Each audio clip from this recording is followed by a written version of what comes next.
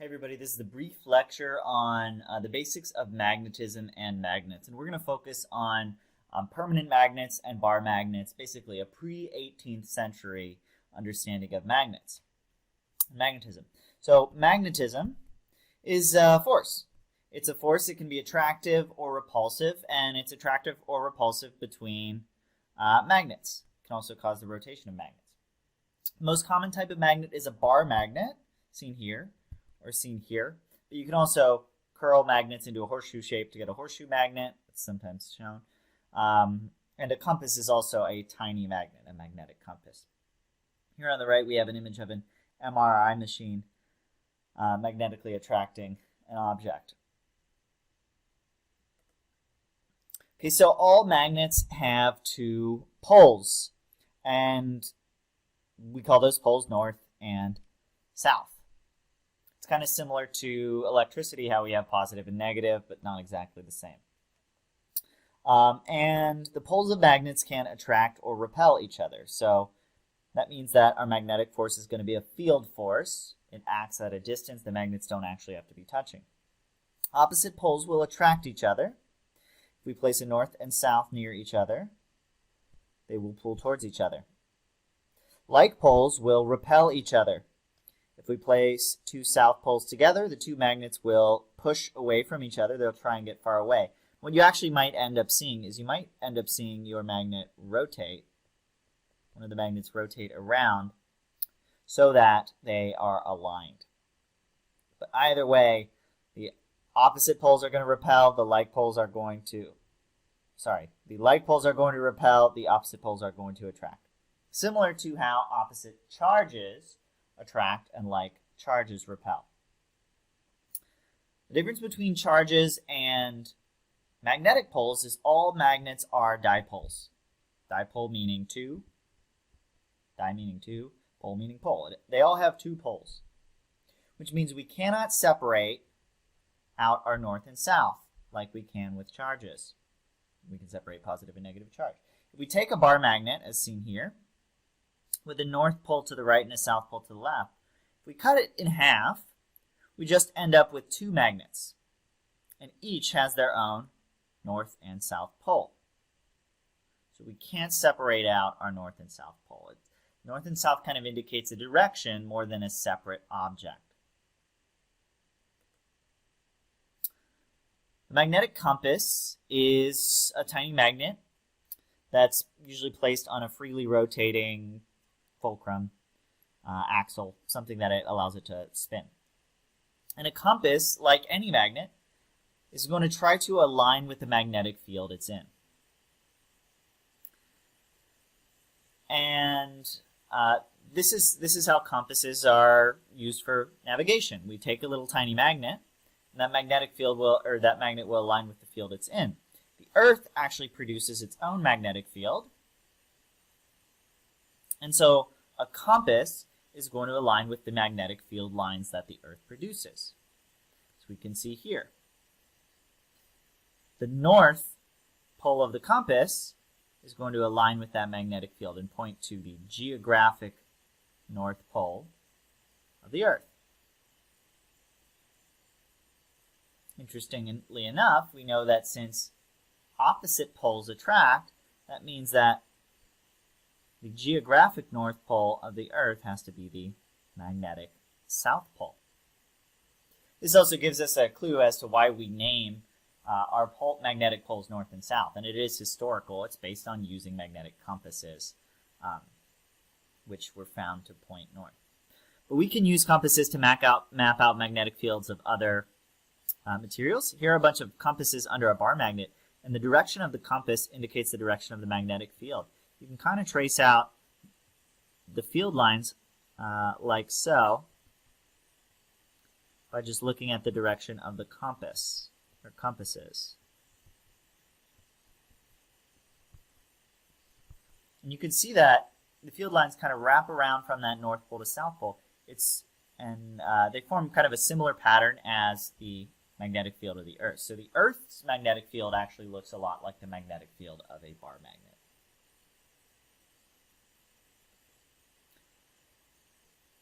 So our magnetic field. Interestingly enough, it has its own variable, and we use the variable B. Don't ask me why. It is capital B for magnetic field. M was taken, I guess.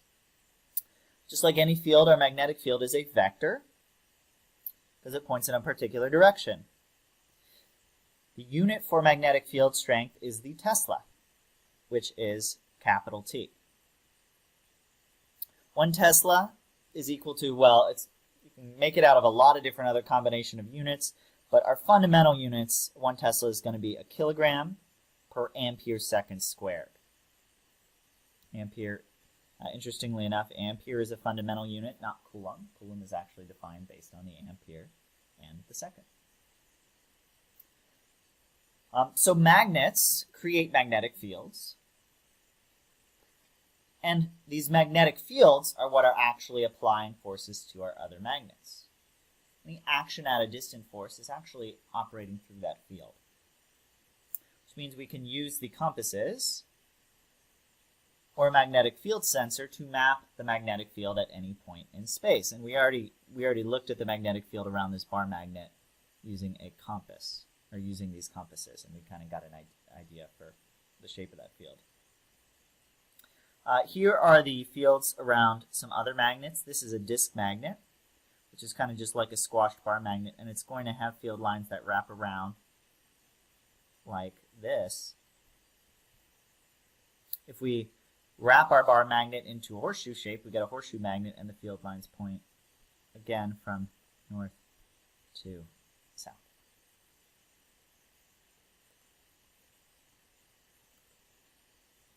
Okay, so our field lines, magnetic field lines, act a lot like any field lines. They follow field line rules. The density of field lines, how close they are together, tells you about the field strength.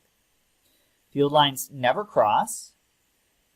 Field lines always point from the North Pole around to the South Pole. And here's the new thing about magnets. Magnetic field lines form closed loops. So let's compare two electric fields. These are electric dipoles.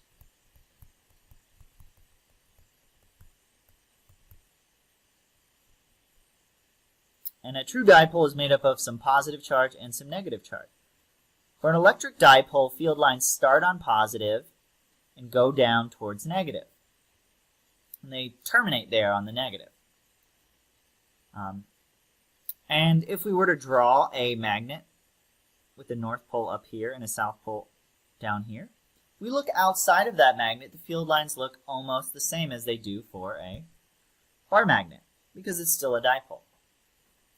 However, the difference is the magnetic field lines actually continue inside of a magnet. So we get these closed loops inside of the magnet.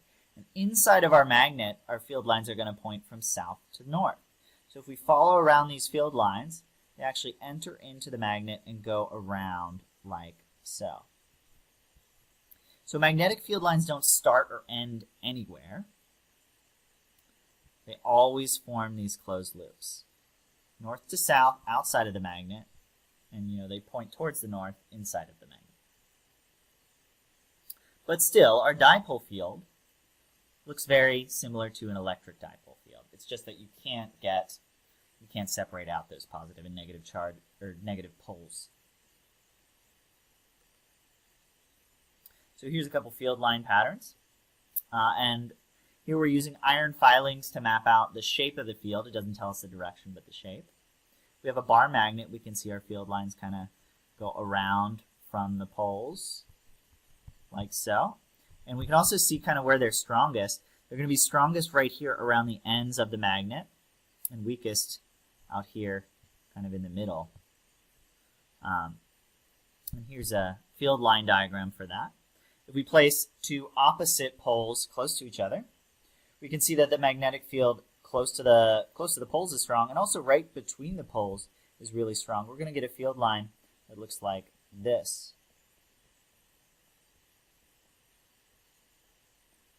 I really should be following these.